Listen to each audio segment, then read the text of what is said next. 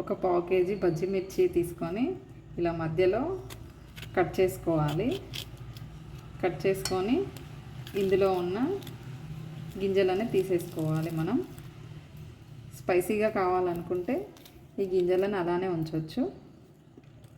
ఇలా అన్ని మిర్చీలకి తీసి పక్కన పెట్టుకోవాలి. ఇప్పుడు ఈ కట్ చేసి పెట్టుకున్న మిర్చీలకి స్టఫింగ్ ప్రిపేర్ చేద్దాము.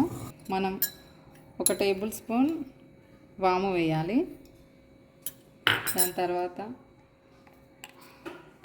ఒక 1/2 టీ స్పూన్ ధనియాల పొడి వేయాలి. ఒక 1/2 టీ స్పూన్ సాల్ట్ వేయాలి. దీన్ని కొంచెం దంచాలి. ఈ స్టఫింగ్ అంతా ఇప్పుడు ఈ మిర్చిలో ఇలా వేసుకోవాలి. అన్ని మిర్చీలకి ఇలా పెట్టుకొని పక్కన పెట్టుకోవాలి.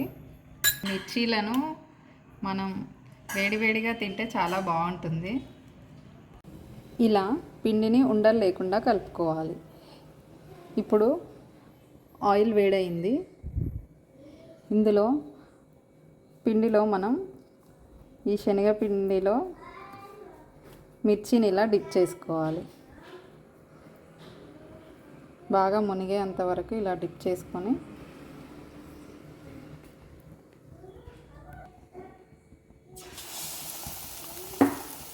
ఇప్పుడు శనగపిండిలో ఈ మిర్చీలను ఇలా తీసుకొని ఇందులో బాగా డిప్ చేసి నూనెలో వేసుకుందాం. మీడియం ఫ్లేమ్లో పెట్టుకోవాలి.